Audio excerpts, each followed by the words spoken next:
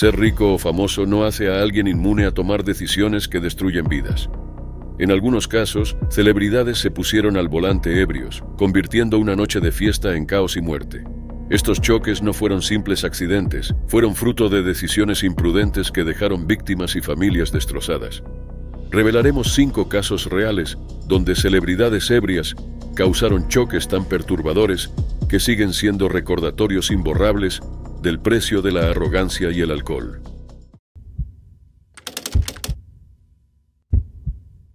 Era el 27 de junio de 2010, poco después de las 9 de la noche en Montgomery, Nueva Jersey. Fred Seaman y su esposa Helen, de 60 años, acababan de volver de un viaje de fin de semana. Al entrar despacio en su entrada, avanzando a unas 3 millas por hora, Fred comenzó a girar a la izquierda hacia su casa. Segundos después, otro auto los golpeó con fuerza del lado del pasajero. Fred quedó gravemente herido. Helen murió al instante. La conductora era Amy Locane, de 38 años, ex actriz de Hollywood, conocida por actuar con Johnny Depp en la película de 1990 Cry Baby y como Sandy Harling en la primera temporada de Melrose Place. En su momento, tenía futuro para una larga carrera en cine y televisión. Esa noche, su vida chocó con la de los Seaman de la peor forma posible. Los análisis mostraron luego que el nivel de alcohol en sangre de Amy era de 0.23, casi 3 veces el límite legal. Había estado bebiendo vino en varias reuniones ese día. Testigos notaron que parecía afectada, pero igual condujo. Al momento del choque, iba a 53 millas por hora en una zona de 35. Los Seaman estaban casi en su entrada cuando el auto de Amy los embistió con violencia. Helen, en el asiento del acompañante, no sobrevivió. Amy fue arrestada en el lugar. Su carrera había empezado temprano. Nacida en Trenton, Nueva Jersey, apareció en más de 60 comerciales a los 12 años. En 1984 se unió a la comedia Spencer. Luego debutó en cine en Los Angels en 1989. Su gran papel llegó con Cry Baby en 1990, que ganó seguidores de culto. A inicios de los 90, apareció en películas como School Ties y en series como Melrose Place, pero tras 13 episodios dejó la serie. Hacia fines de los 90 su carrera se desaceleró, y en 2006 se retiró tras comprometerse con el empresario Mark Bovenizer. Se casaron, tuvieron 2 hijas y vivieron en Hopewell, Nueva Jersey. El día del choque, Amy había estado en varias fiestas. Creía que su esposo la llevaría a casa, pero cuando él se fue con sus hijos, ella manejó sola. Más tarde dijo a la policía que no le importaba, porque sus hijas no estaban con ella. Minutos antes del accidente fatal, había chocado levemente otro vehículo en un semáforo. Ese conductor la siguió, lo que ella afirmó que la distrajo. En diciembre de 2010, Amy fue acusada de homicidio agravado y poner vidas en riesgo al conducir. En 2012, fue hallada culpable de causar una muerte por conducción peligrosa y lesiones. Enfrentaba hasta 10 años de prisión, pero en febrero de 2013, el juez Robert Reed la sentenció a 3 años, considerando a sus hijas pequeñas. Cumplió 2 años y 4 meses antes de salir en libertad condicional en junio de 2015. Su liberación generó disputas legales. En 2016, una corte de apelaciones ordenó revisar la sentencia. El juez Reed luego dijo que debía haber cumplido 6 meses más, pero decidió que no volviera a prisión. Los fiscales siguieron apelando. En 2019, el juez Kevin Shanahan le dio 5 años, pero ese fallo fue anulado. Finalmente, el 17 de septiembre de 2020, la jueza Angela Borkowski sentenció a Amy a 8 años, obligándola a cumplir al menos 6 años y 9 meses antes de optar a libertad condicional. La jueza dijo que Amy pudo haber evitado conducir esa noche, pero eligió no hacerlo. También señaló que no había aceptado plenamente su responsabilidad. El abogado de Amy alegó que era injusto enviarla de vuelta tras cumplir su primera condena, pero el tribunal confirmó la decisión. Cumplió su pena en la cárcel de mujeres Edna Mahan y fue liberada el 20 de diciembre de 2024, un día después de su cumpleaños número 53. Para Fred Seaman, que sufrió graves heridas y perdió a su esposa, ninguna condena podía reparar lo ocurrido. Los hechos de esa noche cambiaron múltiples vidas para siempre, y quienes lo vivieron nunca lo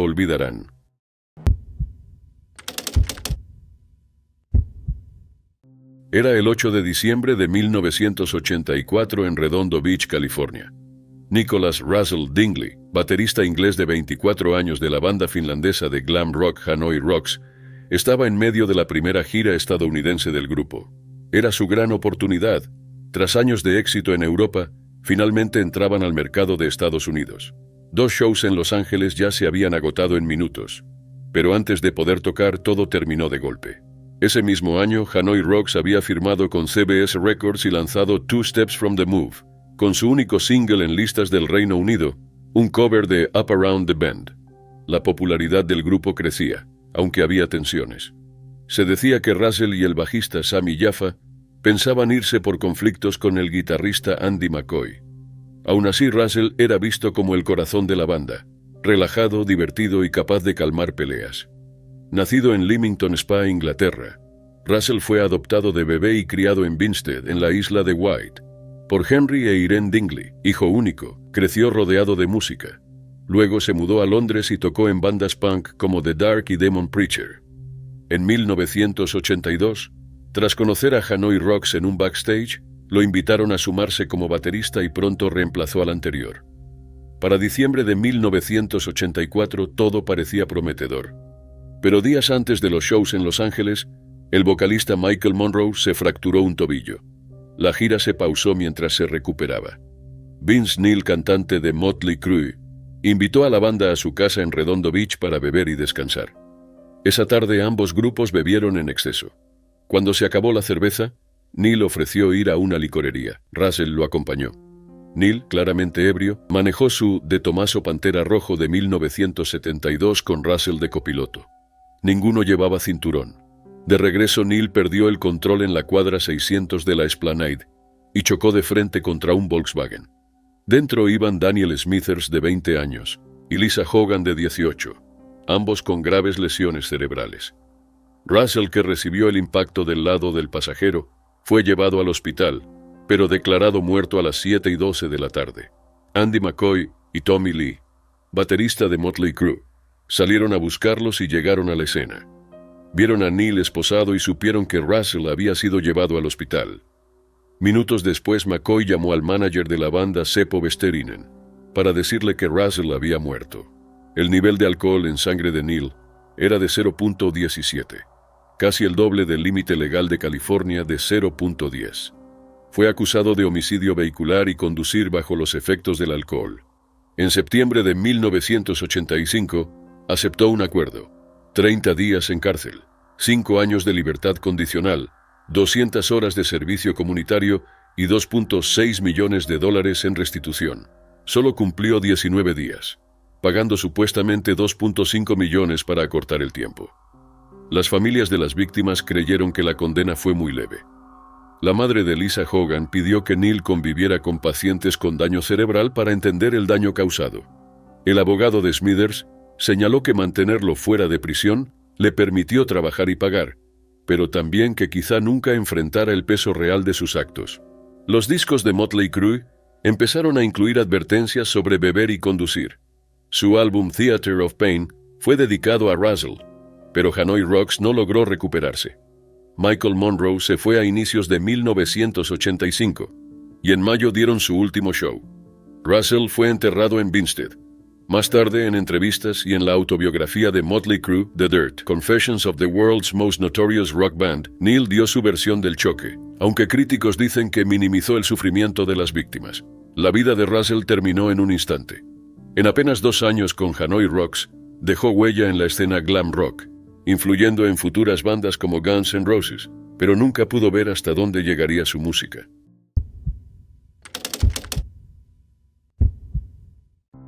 Era el 2 de diciembre de 2006 en Beverly Hills, California. Lane Garrison, actor de 26 años conocido por interpretar a David Tweener Apolskis en Prison Break, había dejado la serie y aún se adaptaba a la vida bajo los reflectores.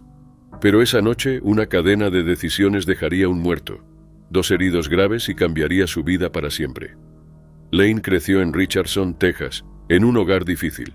A los 17 dejó la casa de su madre y se mudó con el pastor local Joe Simpson, padre de Jessica y Ashley Simpson.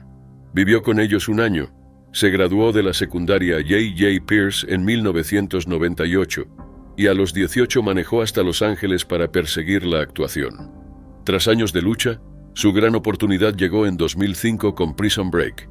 Por un tiempo, parecía que su carrera despegaba. La noche del 2 de diciembre, Lane conoció a 3 adolescentes frente a una licorería en Beverly Hills.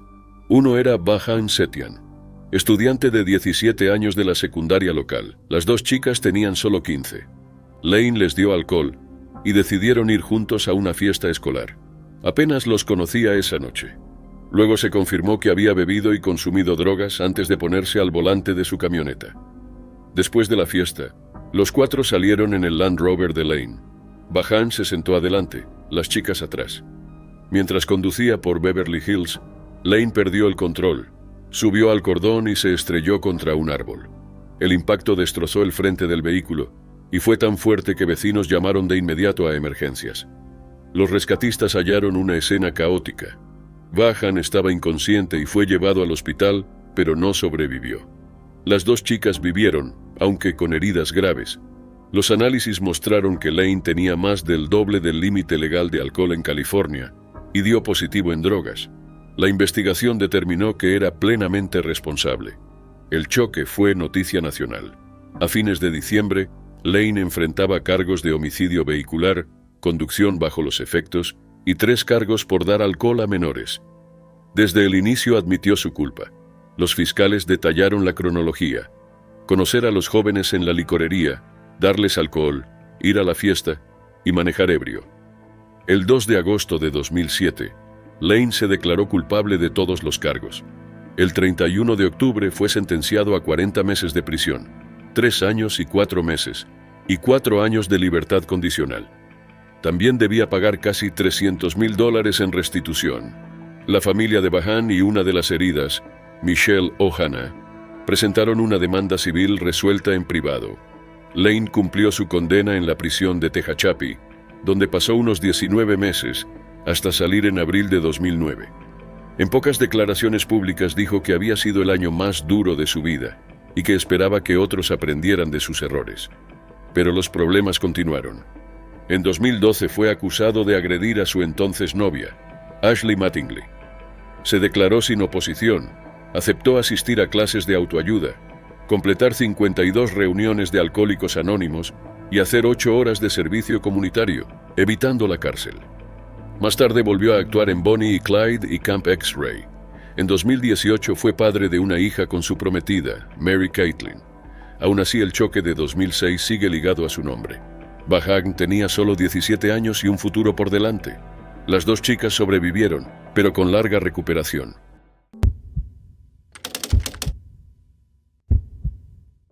Era el 20 de junio de 2011, alrededor de las 3:30 de la madrugada en West Goshen Township, Pensilvania.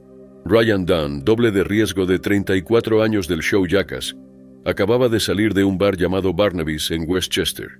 Estaba con su amigo Zachary Hartwell, asistente de producción de 30 años que había trabajado en Jackass No. 2. Esa noche Ryan había subido a Twitter una foto de ambos bebiendo. Horas después, los 2 estarían muertos. Lo que siguió no fue un choque común. La policía lo llamó uno de los peores que habían visto. El Porsche 911 GT3 de Ryan iba entre 132 y 140 millas por hora, en una zona de límite de 55. En un momento perdió el control. El auto atravesó una valla, voló hacia un área arbolada y chocó de frente contra un árbol. El impacto hizo que el vehículo estallara en llamas. Los investigadores dijeron que se desintegró antes de prenderse fuego. El jefe de policía Michael Carroll lo describió como el peor accidente de su carrera. Los restos del Porsche eran irreconocibles, escombros negros esparcidos entre los árboles. Dunn y Hartwell murieron en el lugar. El cuerpo de Ryan estaba tan quemado que lo identificaron por tatuajes y cabello. Testigos dijeron que Dunn había estado bebiendo entre las 10:30 de la noche y las 2:21 de la madrugada. El encargado del bar aseguró que no parecía ebrio, pero el informe toxicológico reveló un nivel de alcohol en sangre de 0.196%, más del doble del límite legal en Pensilvania. Para sus amigos, la noticia fue devastadora. Bam Margera, su amigo cercano y compañero, lo conocía desde la secundaria. Juntos habían empezado a filmar bromas extremas bajo el nombre CKY, siglas de Camp Kill Yourself.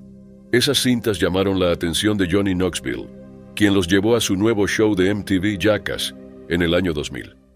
Ryan pronto se hizo famoso por ofrecerse a los stunts más peligrosos. En el set ganó el apodo de Random Hero. Su vida personal también mostraba esa actitud temeraria.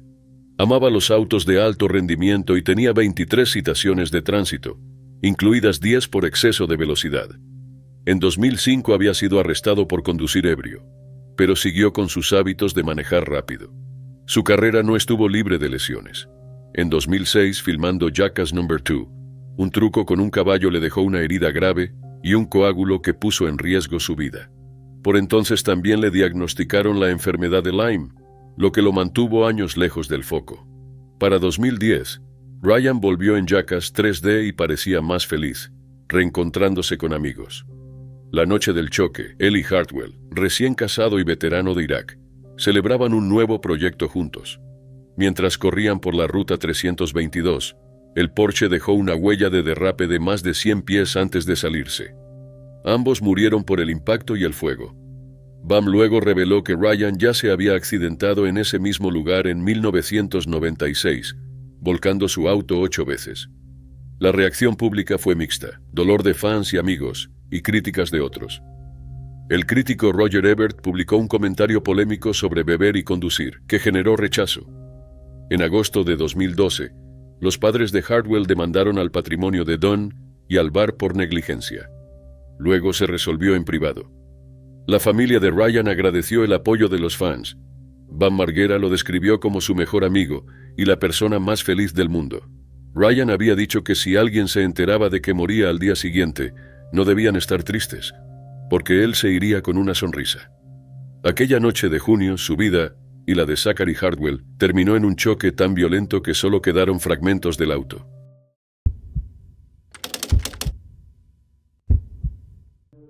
Era el 4 de enero de 1970 en Hatfield, Hertfordshire, Inglaterra. Keith Moon, baterista de The Who, una de las bandas de rock más grandes del mundo, estaba en un pequeño evento en el pub Red Lion.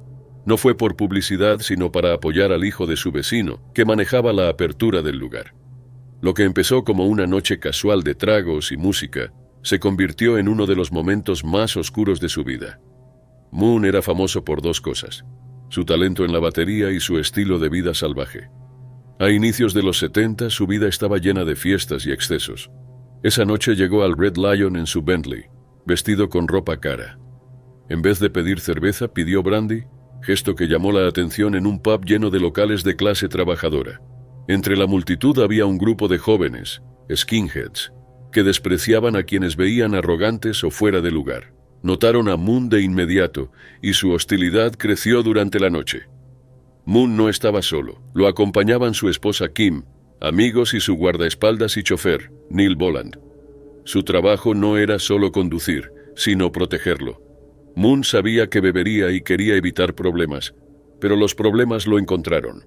Cuando la tensión subió, decidieron irse. Boland salió a traer el Bentley. Al aparecer el coche, los skinheads se volvieron violentos. Lo rodearon, tiraron monedas y piedras, golpearon ventanas y sacudieron el auto. Boland salió, ya sea por voluntad propia o arrastrado, e intentó enfrentar a la multitud. Lo persiguieron por la calle y lo atacaron. Dentro del Bentley, Moon entendió que la situación estaba fuera de control. Aunque odiaba manejar y no tenía licencia, el pánico lo dominó, se puso al volante. Algunos dicen que el coche ya estaba en marcha, otros que lo encendió en ese momento. De cualquier modo, el Bentley avanzó bruscamente para escapar. Pero Moon no sabía que Boland había caído frente al auto en medio del caos. Condujo unas 100 yardas antes de detenerse, pensando que la multitud aún los perseguía. Pero quienes corrían eran testigos tratando de advertirle. Al bajar, vio a Boland atrapado debajo. Había sido arrastrado toda la distancia, con heridas graves que resultaron fatales antes de llegar al hospital. El Bentley iba solo a unas 10 millas por hora, pero el impacto fue devastador. Moon fue arrestado y acusado de causar la muerte de Boland, conducir ebrio, sin licencia y sin seguro. 6 semanas después, el tribunal dictaminó que la muerte de Boland fue un accidente. El juez dijo que Moon no tuvo opción más que huir y no había culpa moral. El jurado lo absolvió de los cargos de muerte en 10 minutos. Solo se declaró culpable de las infracciones de tránsito. Pero la familia de Boland rechazó el fallo. Sospechaban encubrimiento creyendo que la fama de Moon lo protegió. Algunos alegaron que Kim, no Keith, conducía. Los testimonios eran poco fiables por el alcohol y la confusión, pero la mayoría de los que estaban en el auto señalaron a Moon. Moon ofreció ayuda a la familia de Boland, pero fue rechazada. Sus amigos dijeron que nunca se recuperó emocionalmente. Su matrimonio terminó en 1973 y su conducta se volvió más errática. Quienes lo conocían creían que la culpa de esa noche lo hundió en hábitos dañinos. 8 años después, Moon murió por sobredosis a los 32 años. Los hechos en el Red Lion siguen siendo una de las historias más trágicas y debatidas del rock. Una noche destinada a celebrar la apertura de un pub terminó en la muerte de un hombre y un músico marcado para siempre por lo ocurrido.